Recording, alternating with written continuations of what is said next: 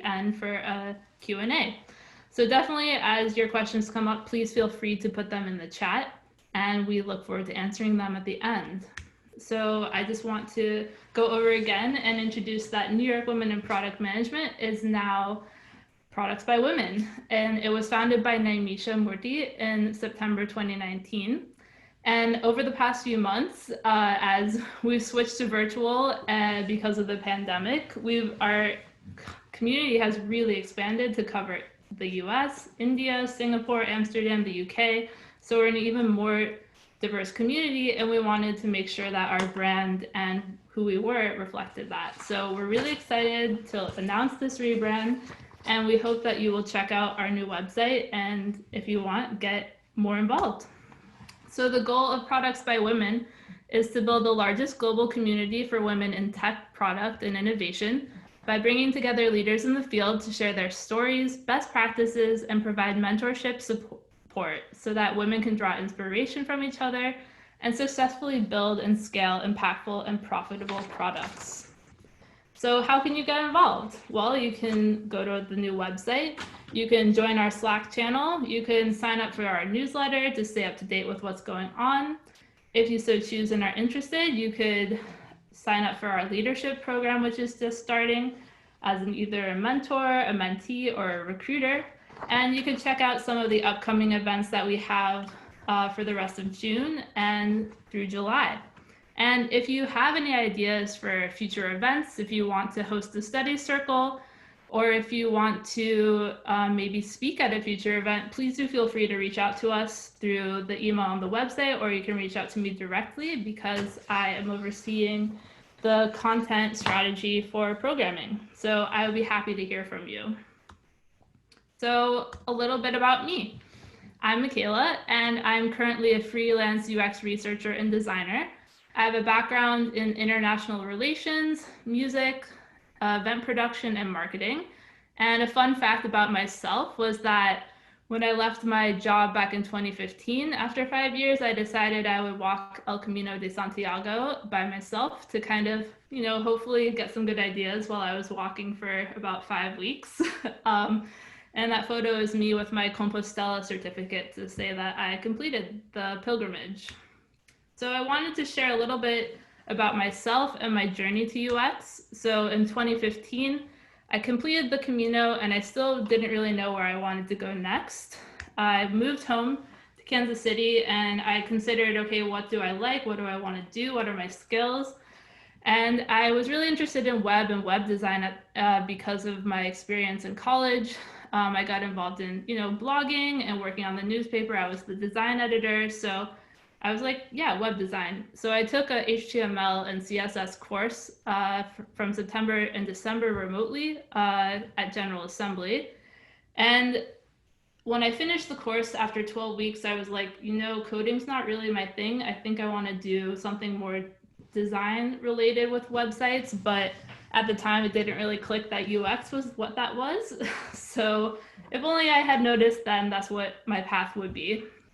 That said, 6 months was plenty of time to spend in Kansas City. So I decided I had a lot of friends in New York City, and I wanted to expand my kind of just where I was.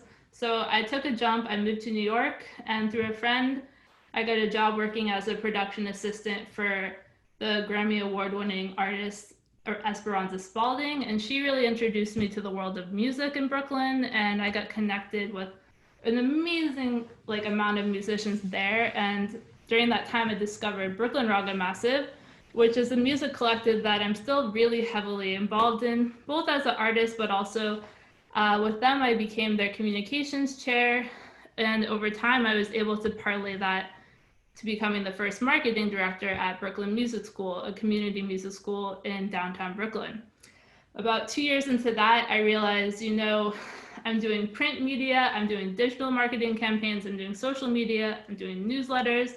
But what I really like spending my time on is the website and making it more intuitive and really trying to make it better for users. And so I was ready to step away from my marketing role at Brooklyn Music School, and that's where I did more research and finally rediscovered UX.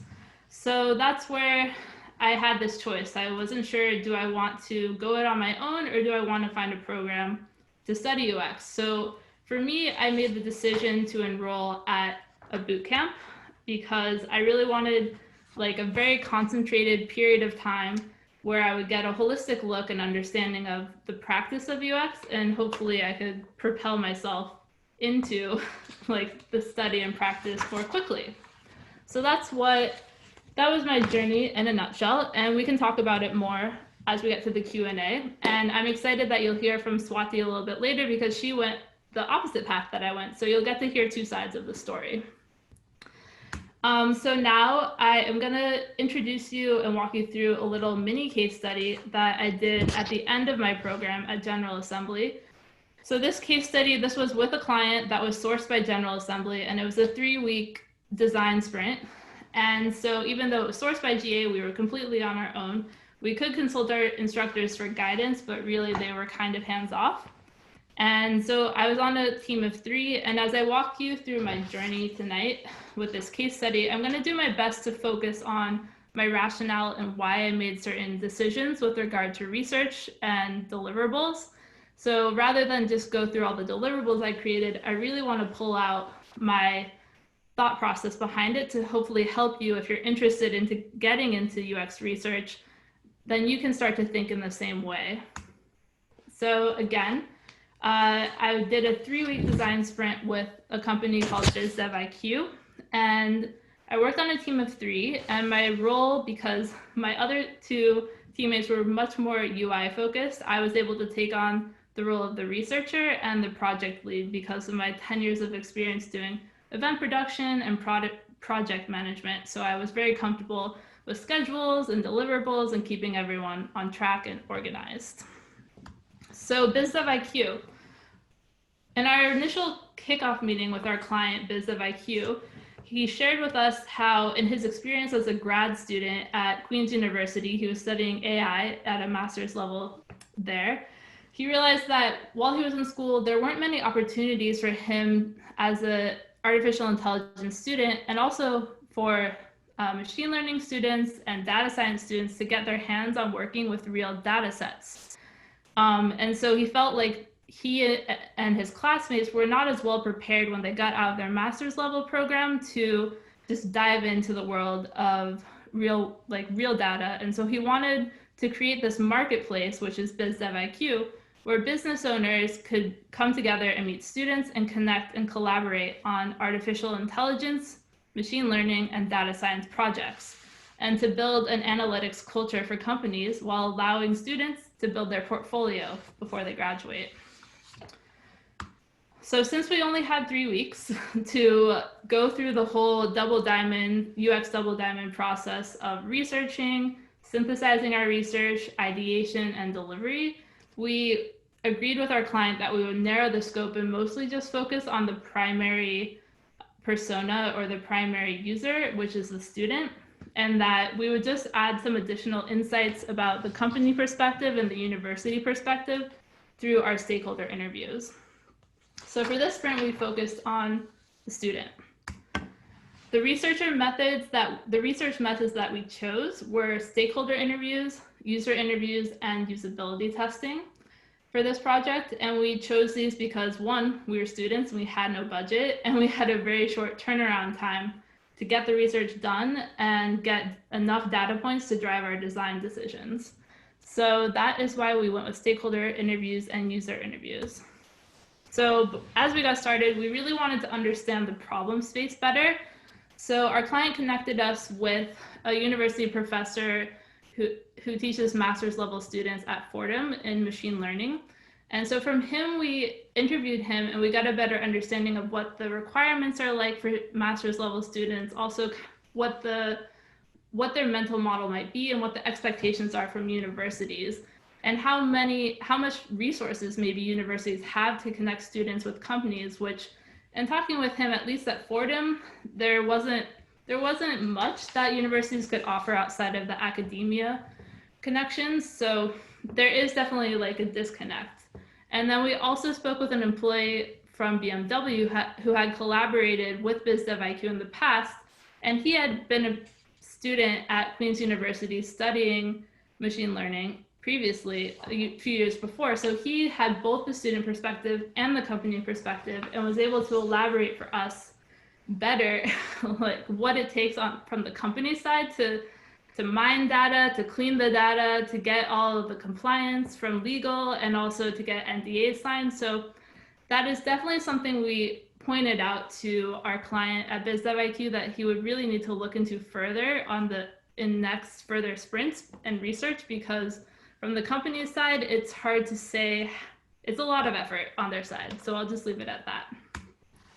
So getting the right users. Since we were focusing mostly on students, we made sure we did get a list of students we could reach out to from our client. But that said, in reaching out to them, some didn't get back to us even after 2 or 3 attempts to follow up.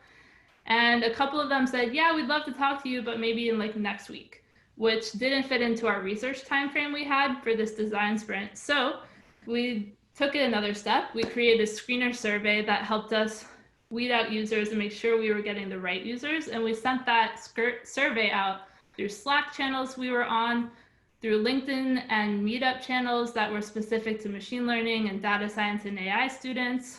We emailed any contacts we had to try and get to people. And we also had some guerrilla recruiting tactics in mind that if we just couldn't find the right students in time to meet our research deadline, we were going to go down to the NYU campus and go to some of the open lectures we found for machine learning students. But luckily, we were able to get 7 students that we recruited just in time, and we moved ahead with our user interviews with them. So as we moved forward with our user interviews, we really wanted to understand what the mental model was for students while they were in school at their master's level, and where their head was at when it came to how did they find data sets when they were assigned projects. Because as we came to understand, they took so many classes in these master's level programs, and then on top of that, every one of those classes had an assignment, and they had to find a data set for every single assignment. And then we also wanted to know more, since our client was wanting to make the point that BizDevIQ could help them build portfolio projects. So we wanted to see where their head was at when it came to creating portfolio projects and finding a job after their program. And with all of that, all these questions that we asked them, we always delved deeper with the why. We really wanted to understand, what are these students' motivations? What are their goals? What are their needs? What are their behaviors? So always digging deeper. And then after interviewing 7 users, we had a wealth of data points that we needed to synthesize quickly. So we used the process of affinity mapping, where we put all of the data points, behaviors, needs, goals, quotes from users, anything we observed in our interviews from them, and we grouped them into affinity groupings and came up with a series of insights that drove the creation of a persona. And we developed this persona to embody our research findings and make sure that we, my team, as well as our client, were on the same page as we moved forward into the design process, so that every design decision we would make, we would always refer back to our persona and say, is this really what Sophia wants and what she needs? So that is why we did that. And so here is just a high-level overview of the persona we created, which is Sophia. And now that we had a little better understanding of who Sophia was, we still couldn't quite understand, okay, this is Sophia, these are her goals, these are her needs, but where does BizDevIQ fit into Sophia's life? So for that, we needed to create a user journey map. So here's just a little look at the journey map we created for Sophia when she receives a group project from a professor, how she chooses a data set, how she works with her group, and how she eventually presents back on their work. As you can see, we also traced Sophia's mood on the bottom throughout the project, and you'll notice that there are a few dips. And so those dips in Sophia's mood throughout this journey are what we identified as the areas of opportunity where BizDevIQ could come in and help Sophia. So now that we had our persona, we had our journey map, we knew where we could help Sophia, my team and I created a problem statement, which is this, and you will get the slide deck after this, so if you really want to read this, you can read it later.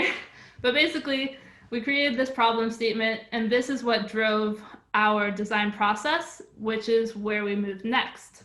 So now that we had a clear understanding of our problem that we were trying to solve for Sophia, we jumped into a design studio, which is what we did with our client. We did include our client with this because we wanted to make sure along the way that he was involved and that his insights and knowledge were taken into account, and that he really felt like we were, you know, bringing him along for the process. So we did get together with him. He was in Philadelphia at the time, so we did it. My team was in one place, he was in Philly. We both had whiteboards, and we both drew out sketches of different pages and user flows. And so this is just kind of a high-level overview of where we started with our sketching, and by the end we had high fidelity. And all along the way we did a round of usability testing before we moved up to a higher level of fidelity. So that is just kind of a quick overview, mini case study. And before I hand it over to Swati, I just want to go over a few lessons I learned along the way. And I think the biggest one from this project was, you know, issues will come up. And what's really important is how you use them to be able to pivot and course correct and, you know, just keep going. So for us, one that I already noted was finding the right users. So sure, our client had some potential users we could reach out to, but they just weren't available. So what did we do? We created a screener survey. We tapped our network. We even had guerrilla recruiting tactics ready to go. So there was that. We also came across a difficult user in our user interviews. So one user that we were interviewing, we basically had to end the interview part of the way through just because he was uncomfortable with how we kept asking him, okay, well, why? Like, we want to understand more, and he just didn't want to talk about it. So midway through, we were like, okay, cool. Well, thank you for your time. We appreciate your insights, and we'll just end now. So that can happen from time to time. You can have difficult users who just don't want to answer your questions. And for this purpose, the screener survey did not totally serve us. And then switching to remote work halfway through. So with this project, this happened in March to April. So this was right when in New York, we were switching to quarantine. So halfway through, my team had to quickly pivot and figure out how to work remotely with each other. Luckily, we had pretty much completed our research, and now we're able to just be wireframing and designing and prototyping in Figma. And we were able to just, you know, work together on Slack, on Zoom, and Figma, and then we learned how to do usability tests with screen sharing on Zoom. And so that, in a nutshell, is my mini case study. So if you have any questions about that, about my experience, definitely write them down, put them in the chat, and we can answer them a little bit later. So right now I'm going to hand it over to Swati, who has a very different story, and I'm excited for you to hear her story because it's really interesting. And I'm going to stop my screen share and hand it over to her, and she'll start screen sharing. All right. Thanks so much, Miykaelah. It was really, really lovely to hear about your experiences. So thank you for sharing that. I'm just going to share my screen and just let me know if you can hear me. I think you can. Okay, perfect. Okay, so hi everyone. So today I'm actually going to present the other side of that coin of getting started with UX research, but not going through a boot camp and rather kind of learning stuff on your own, which is what I did. So I'm going to present some resources here today. I hope that you guys find them very useful. And don't worry if you didn't get my LinkedIn there, I'm going to have it at the end of the slides as well. And you guys will get these slides, so don't worry too much about that. All right, so a little bit about myself. So before I got into UX research, I was actually a speech-language pathologist, so healthcare, completely different field. I still hold my license here in New York State, but I no longer practice. So in terms of my background, I have a Bachelor of Science in Physiology and Psychology. It's a double major. And I have a Master of Science in Speech, but it's a research-based degree, so I did a research project. I also have a Master of Arts in Speech-Language Pathology. And so if you're wondering why I have 2 master's degrees, it's because you need the clinical degree in order to actually practice as a therapist. So back in March of 2019, I decided to go ahead and make that switch into UX research from speech pathology. And I had a lot of personal reasons for this, but the main ones were that, mine was a case where I went to school for a long time. I learned a lot of awesome stuff in school, but then when I started practicing, it just didn't really fulfill me the way that I thought it would. And I was missing the research side of things. I'm really missing the academic side of things too. But I knew I didn't really want to go into academic research as such. And that's how I kind of started looking into health tech and learning more about UX research. Another thing was that, when I was practicing, I noticed a lot of the communication devices that we use to help our patients communicate, they weren't really designed with the end user in mind. And so that kind of turned me more, turned me on to UX research. So those were the main reasons for making this switch. All right, and just a really quick fun fact about me, I'm actually a professional dancer. I have more than 20 years of Bharatanatyam, classical form of Indian dance experience, and I also do Bollywood, and that is a very intense picture of myself.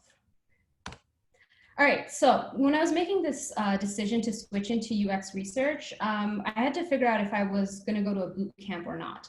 Now, I have a lot of points listed out on the screen, but what I want to focus on here is that for me, I had a lot of experience working in a research setting. So of course, with my master's in science, but also, I've always been in labs. I've always done some kind of research work. So I felt that I knew the scientific method pretty well. And I thought that maybe I could draw from that and apply it to UX research. What I lacked though was a good understanding, knowledge of UX methodologies. I did think that this is something I could pick up through books and maybe other resources. And then really the biggest reason was that, I had a baby. So when I was making this transition into UX research, I was actually doing it while I was on my maternity leave from my previous position. And so if you've had a baby or if you know anyone who's had a baby, it's really hard to be away from your baby long enough. So I really couldn't commit to, immersive sort of program or boot camp program. So I decided, what, I'm just going to go ahead and create my own projects and just gain experience that way. All right, so getting started. So because I had no real knowledge of UX research or design, I had to find ways to get educated. So the first thing I did was I actually went to Medium and Google, and I tried to read anything and everything I could on UX research and UX design.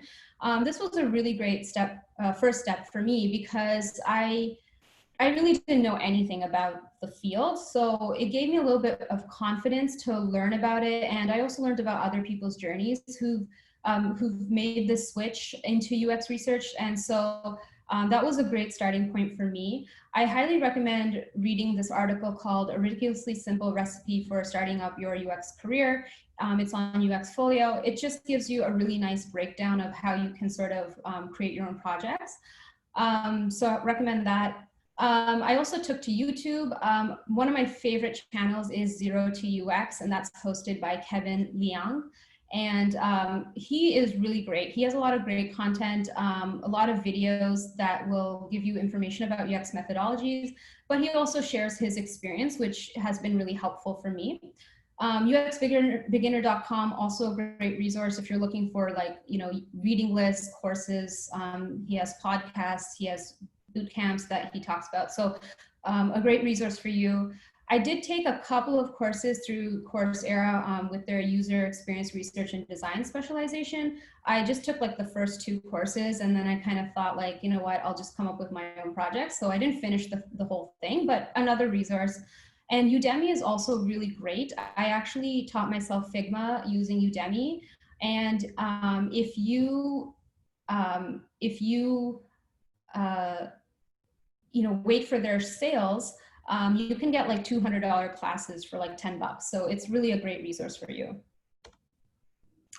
And here are some of the Slack channels that I joined. I'm not going to go over all of them, but the 2 that I really want to highlight for you guys is the New York City UXPA, which is the New York City UX Professionals Association. I actually got started with them very early in my transition into this field. So I started volunteering for them, and I still volunteer for them today. I help them create events.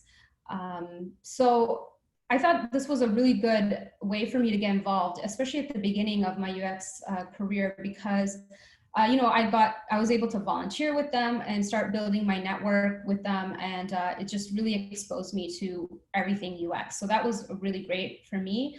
Another really good group, this is called the Design and User Research Group. It's a Google group.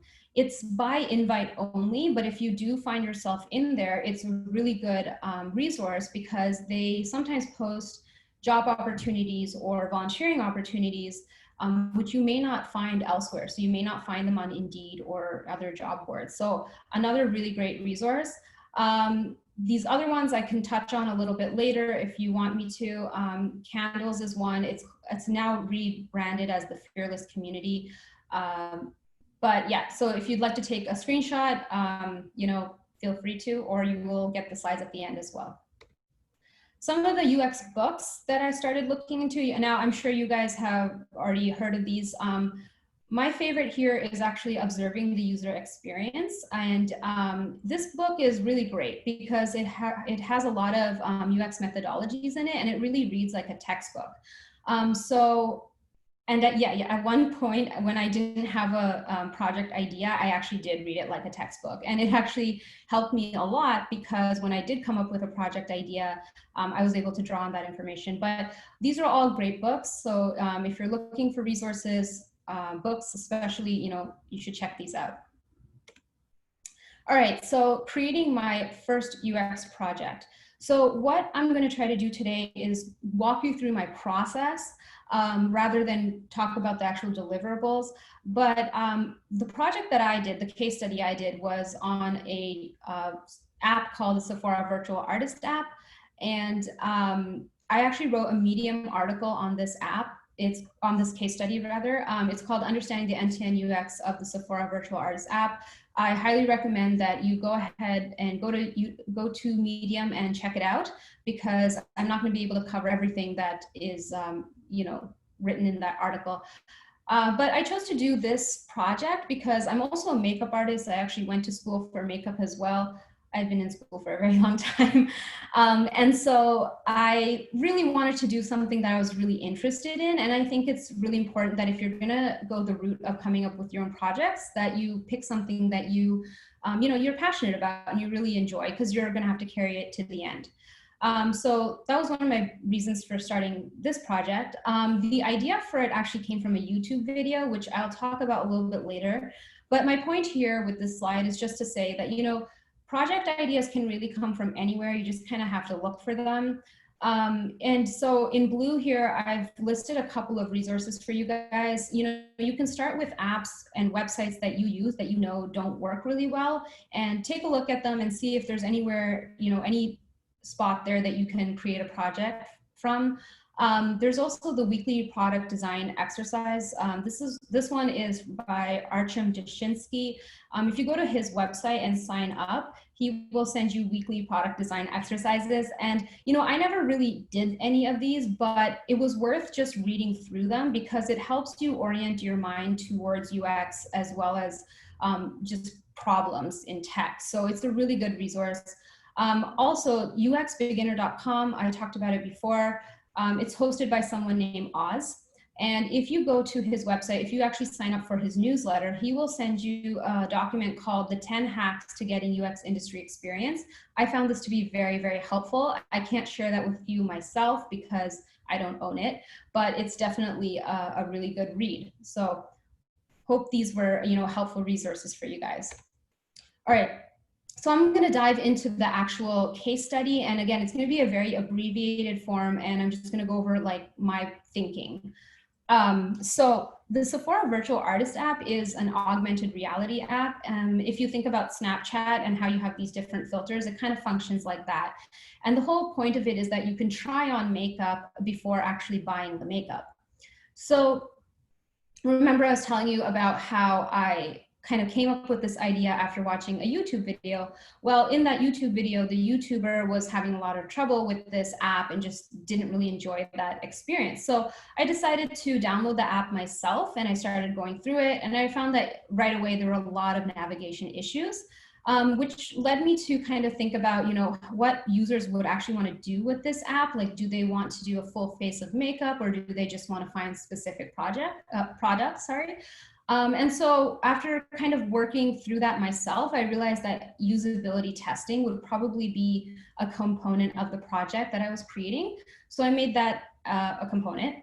And then I went a little deeper and I started thinking about, well, what is the point of this app? The premise of it is really to drive conversion, right? You're supposed to go on the app, you're supposed to try out the makeup and then go ahead and buy it.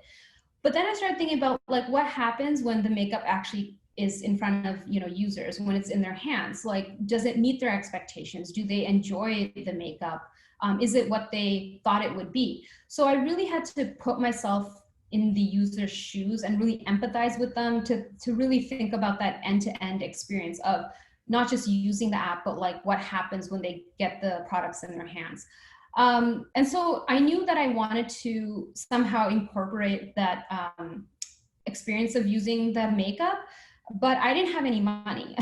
I had no budget, and I wasn't going to go out and buy a whole bunch of makeup for all my participants. So I had to think of a way to get around that. So I figured out that maybe if I can bring my participants to a Sephora store and have them like check out those products in store, then I can like learn a little bit about that end-to-end experience. So that's how I came up with contextual inquiry and used that as part of my study. So now that I had defined my problem and really understood it, I was able to come up with my research goals. So these are those 2 or 3 really high-level reasons for why you're doing what you're doing. What are you trying to get out of this project?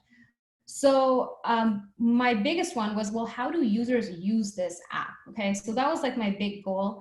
And then also, what is that end-to-end experience for those users once they get that makeup? So once I had my goals defined, I tried to think of questions. So these are the questions I'm going to answer that are going to help me achieve those research goals. So for that first one, how do users use the app? Well, what I really mean by that is, well, how do they navigate the app? Can they find what they're looking for? What stops them from finding what they're looking for? And where can we make improvements? For the second part, what is that complete user experience? When I bring my participants to the Sephora store, can they find the products? If they apply the makeup to their face, like what tools do they use? And does it really meet their expectations and their mental models? Okay, so now I needed some participants, and I only have so many friends. So I know that makeup is really for everybody, for any gender and any age group. So really I could have included anybody here, but like I said, I only knew so many people, and with no resources and no budget, I knew that I had to use convenience sampling. So the people that, the participants I was going to recruit were definitely going to be women around my age. So knowing that, I still created a recruiting criteria. So I had a very clear idea of who was eligible for my study and who was not eligible for my study. And then I went a little deeper and I thought about the diversity criteria. So even though I'm going to include women of a certain, age range in my study, how do those women differ from each other? So I wanted to know a little bit about like what their occupation was and what their income was possibly, or what their age was. And the reason for doing this is that, if you get a large enough data set and you know something about your participants, you may be able to make even deeper insights with that knowledge. So it's really good to map this out, even if you're doing your own project, because I find that when I was presenting this to interviewers and they, learned about the fact that I did these 2 things, created these criteria, it just iterates to them, well, not iterates, it expresses to them that, I have thought through this process. So it'll give you brownie points, if anything. All right, so I touched on my method, but so now I want to go into how I really created those usability tasks. So I kind of just created those tasks based on what I would do as a makeup artist, or what I would do as a woman looking at this this app. So I took a look at the categories, I took a look at how it was structured, and then I just kind of created tasks that made sense. And then I ordered them in the way that makes sense. So as a makeup artist, I do tend to put, you know, I do my skin first, usually I do my eyes, and so on and so forth. So I just kind of ordered it in this way. And my point with this is that whatever you do, just make sure you have a rationale and you understand why you're doing the things that you're doing. For the contextual inquiry part, as I said, I just had my participants go to the store and try out the products. So I had a very simple instruction, which was, recreate the look that you created on your app using the products in store, and just let them go loose and see what happens. At the very end, I also snuck in a survey because I was going to have my friends participate, and they kind of will do whatever I ask them to do. So, I snuck in a survey at the end just in case I didn't get all the information from the contextual inquiry. And it's also a great way to showcase on my resume that I know how to put a survey together.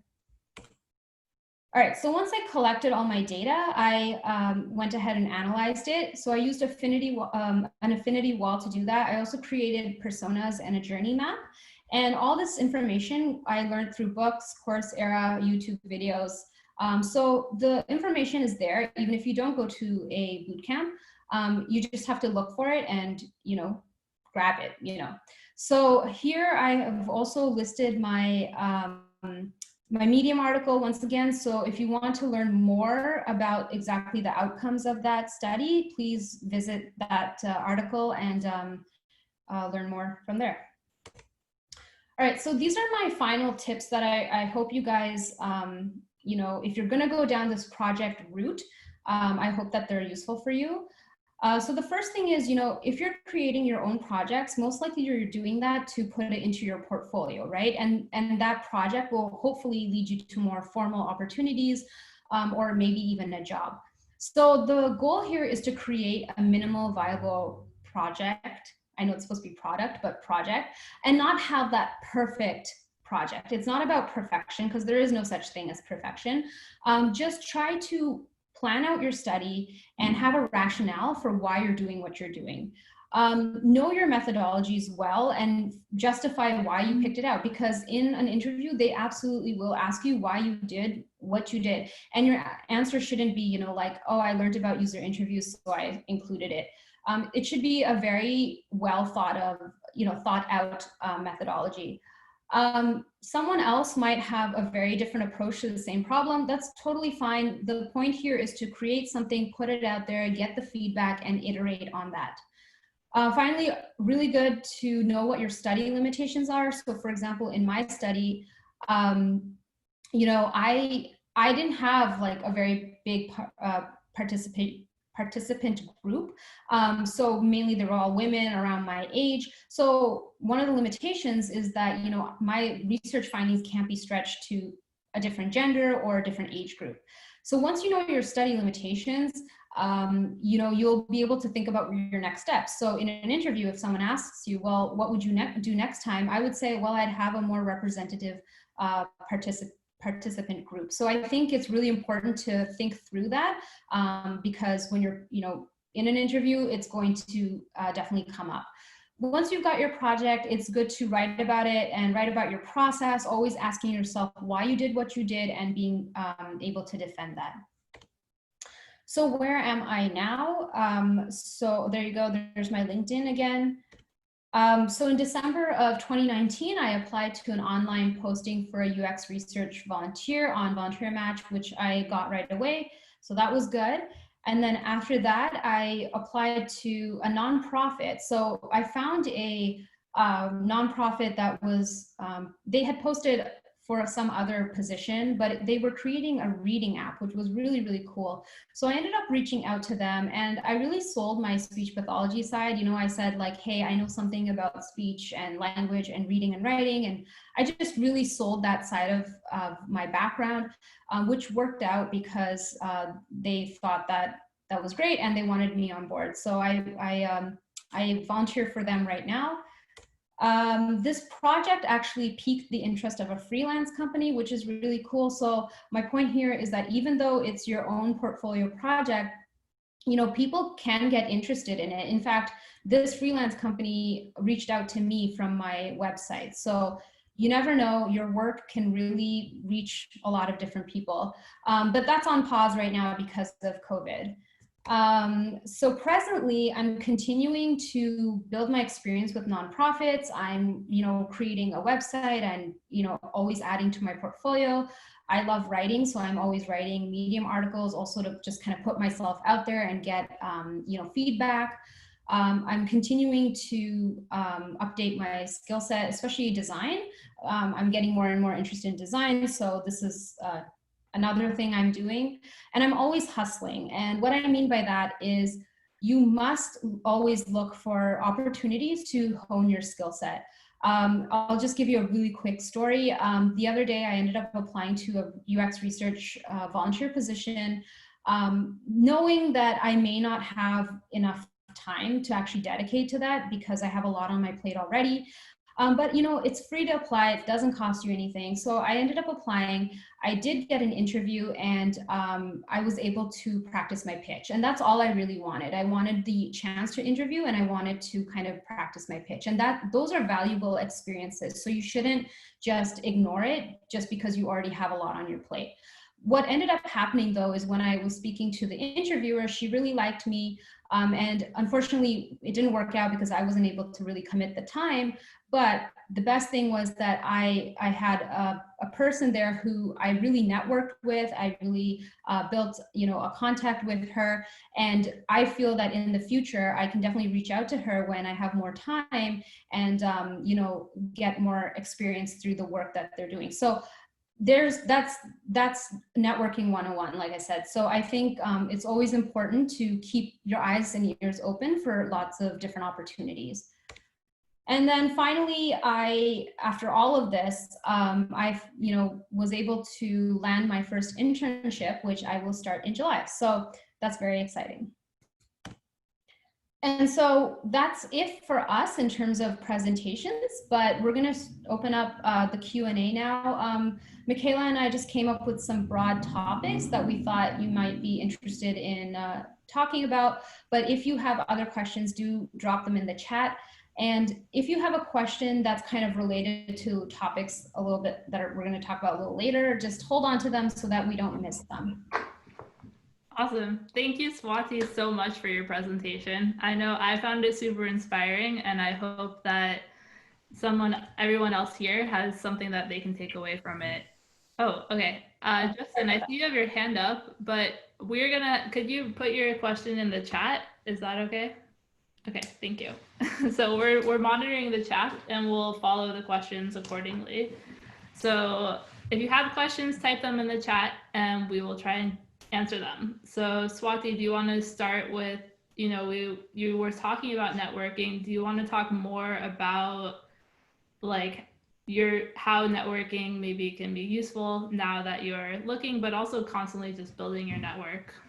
Yeah, so networking is one of these things that I think everybody has to do, but it's just like a really, really hard thing to do, I find. And so some of the tips that I've, you know, used that people have told me as well, I'm just going to share those with you. The first thing I would say is start networking really early. And the reason I say that is like you shouldn't wait till you need a job to start networking, right? So networking means like just making sure that you're putting yourself out there, and make sure you tell everyone, I think, that you're trying to make this switch into UX research and design or whatever it might be that you're, you know, doing. Reason being that you just never know who people know, right? Like I have friends in like finance and sales and tech and all this, but you know, you might have a friend who, you know, works at a restaurant, but she knows, you know, so-and-so. So you just got to get yourself out there and talk to as many people as you can and like let people know what you're doing. And try to focus on like attending actual meetups. I know right now with COVID, it's not really possible, but when you do, these are my tips for that. When you attend actual meetups, try to ask people about themselves. People love talking about themselves, right? So I know it's really hard to sort of like approach a random person, But one thing I do is I go up to people and I'm like, hey, so what brings you to this event? Or, hey, like, what did you learn from that presentation? You know, just get people talking about themselves, and it makes it so much easier to like connect with someone that way. Try to focus on building genuine relationships rather than just standing around and like glazing over, because I think people kind of notice when you're not really interested in what they're saying. Try to really connect with them, and then when there's like a lull, you can always like say, hey, like that's great, like let's, you know, share contact information. I would say always, you know, don't put too much pressure on yourself to make every single meetup successful. I've gone to several meetups where I didn't like do anything. It was more about just like standing in the corner, which you shouldn't do. But I didn't like, it wasn't like successful for me. Like I didn't feel like I got a whole lot out of it, but it was still okay because when I went to the meetup, at least I got to be part of the community again and just kind of see some familiar faces. And sometimes that's all you need to just sort of feel okay. So don't try to put so much pressure on yourself. One thing, sorry, Miykaelah, I just have a whole list here, but learn how to work the room. This was someone, like one of my friends who's in sales told me this one. Learn how to get into a conversation and get out of a conversation. I find that a lot of times people are just in conversations where they're like, oh, I want to get out of this and I don't know how to get out of it. So what I do is sometimes say like, oh, hey, like that's great. You know, I'm just going to go get myself a drink. I'll catch up with you later, or I'm going to get some food because a lot of times there's food there. Or if you really have no other thing to say, you can always say, that's awesome. I'm just going to float around a little bit, but I hope you enjoy the rest of your, you know, the event. And it's not going to hurt anyone's feelings because you're at a networking event and you're meant to speak to a lot of people.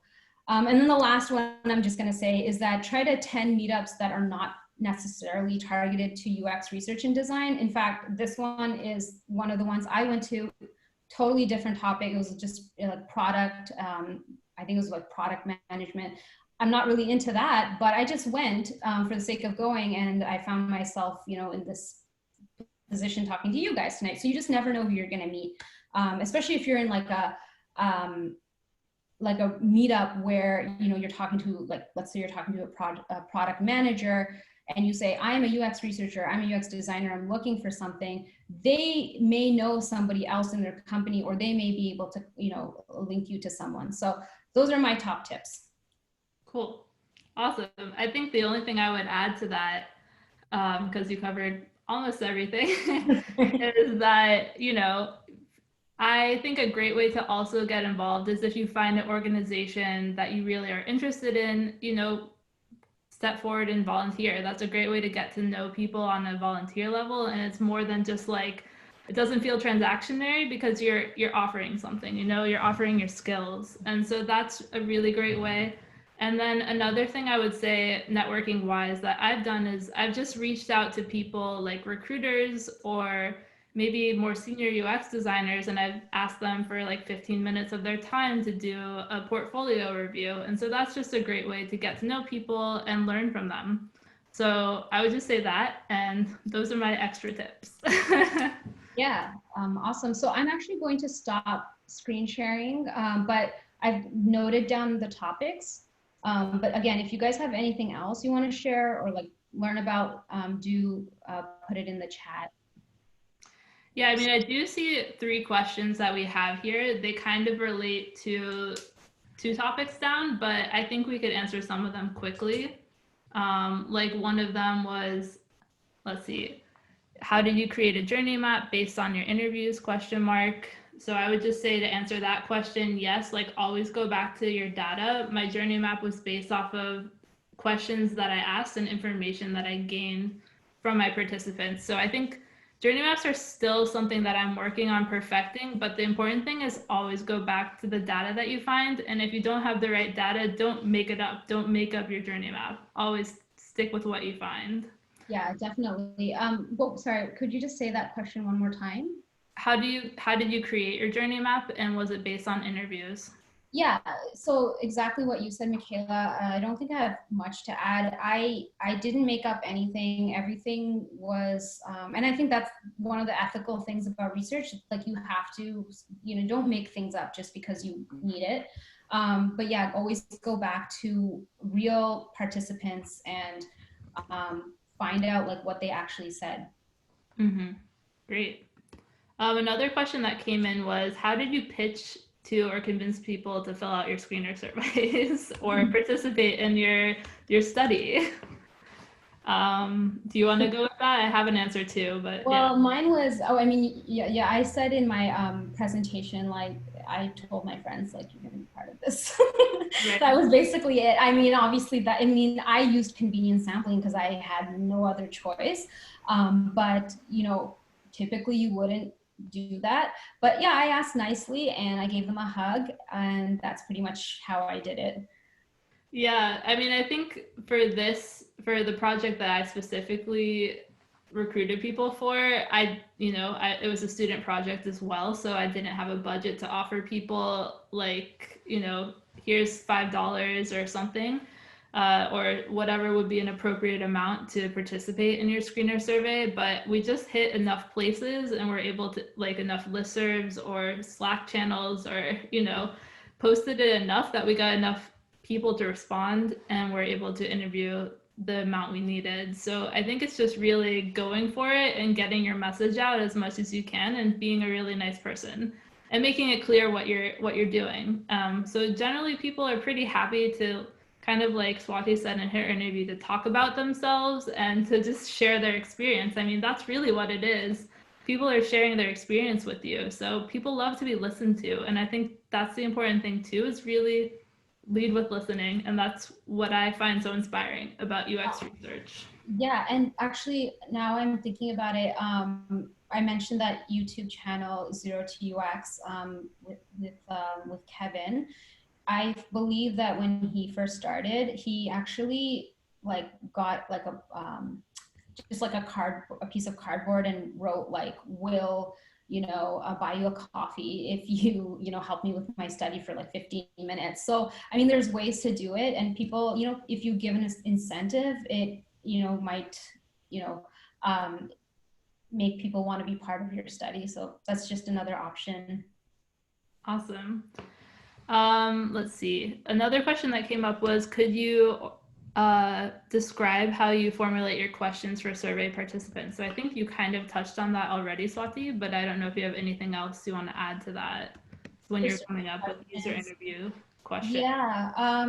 So my survey was about finding out like when my participants came back from the store, like I wanted to know a little bit about their expectations and stuff. So I just kind of went back to like, what exactly am I trying to solve? It always comes back down to the questions, like the research questions and the problem, right? So what did I want to know from them? I wanted to know, like, for each product that they had picked out, like, did it meet their expectations, or was it like, I just kind of kept it open-ended, but I always like looked at my research questions, like, what do I want to know? What kind of questions would make sense to ask? Now I can't remember exactly what questions I asked, but it just always went back to like, what is it that I'm trying to actually ask from them? And it doesn't have to be a lengthy survey. It's just like, if I was missing anything, let them give them an opportunity to tell me.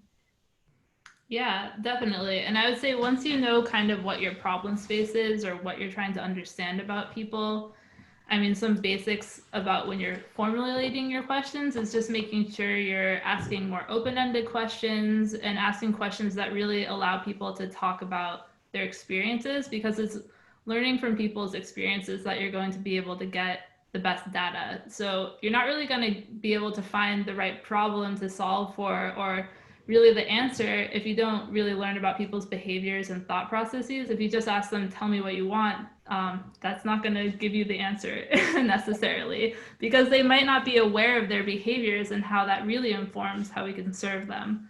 So I would just say keep that in mind. You can ask questions about, tell me about the best experience you had with X, Y, and Z, or tell me about the last time if you want to learn about somebody's experience working out, you could be like, tell me about the last time you worked out. Like, what was that like? What did you do? Things like that. So just keeping it more open-ended and try not to ask leading questions or ask yes or no questions. Right. And always follow up with why, like understand why, but not like awkwardly why, but in a good conversational tone. Yeah.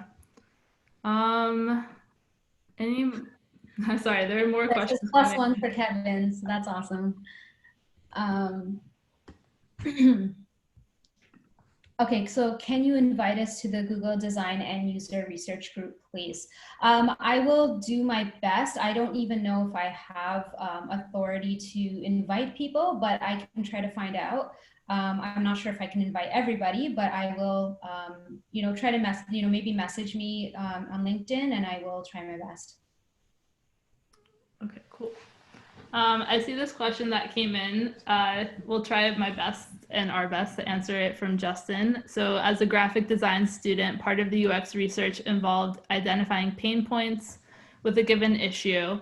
And your question is, how does one go beyond simply identifying pain points and go into finding creative solutions to dynamic problems? That's a really good question. I'm kind of stumped at the moment. How to come up with the solution? I mean, I think the important part of the research process that I really worked through in the projects I worked on in both my UX bootcamp and now that I'm working on freelance projects is like, don't jump to solutioning too soon. Really try in the research phase to understand what it is people are saying and maybe what they're not saying and what their behaviors are. So it's not just their pain points, but it's what did they do day to day?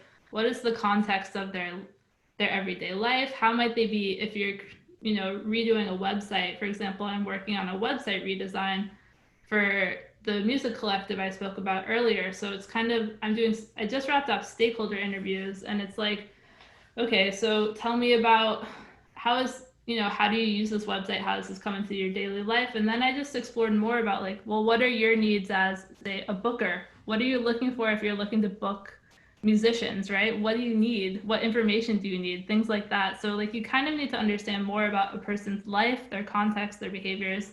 Sorry, I'll wrap it up and let you answer this if you have anything else to say. I think this is more about like the design part of it, like moving from the research into a design. And so I don't have as much experience with that because I'm more focused on the UX research. But I think what I would probably do, like, okay, so if I took this project and took all the research findings from that, I would try to mock up, like, so for example, I had a lot of findings about like the navigation, right? So people were saying like, well, why isn't there like a pop-up for this or a pop-up for that? So like I would probably take that information and like draw my own like wireframes and then maybe use Figma to create a prototype and then probably include that as part of my portfolio. But I'm more on the research side of it, and I haven't explored too much into design, so unfortunately I can't give you that much information, but that's how I may approach that next part. Great. So I just want to be aware of time. This is scheduled for 1 more minute. So I just want to say if we didn't get to your question, please do feel free to reach out to Swati or myself, and we will be happy to chat with you further after this. I just want to thank everyone again for attending and making the time to join us today. We would love to hear from you. We'd love to connect more with you. And again, do feel free to check out the Products by Women new website, join their mailing list, join their Slack channel, and check out upcoming events. So thanks again. And do you have anything else you want to wrap up with, Swati?